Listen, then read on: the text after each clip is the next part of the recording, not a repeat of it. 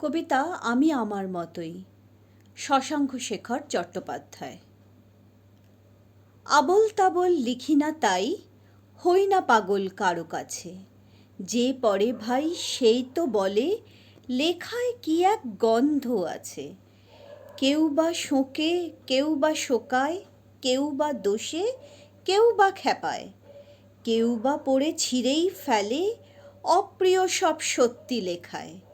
আমি তো খুব স্পষ্টবাদী, মগজ বেচা কবি তো নই। কারো কাছে দাস হয়ে ভাই ভালো মানুষ সেজে না রই।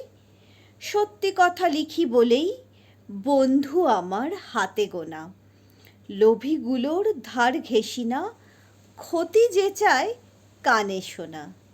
এমনি লেখাই লিখে যাব, না পাই পদক সম্মাননা। সত্যজনের সঙ্গী হব, ভাববে না কেউ আবর্জনা।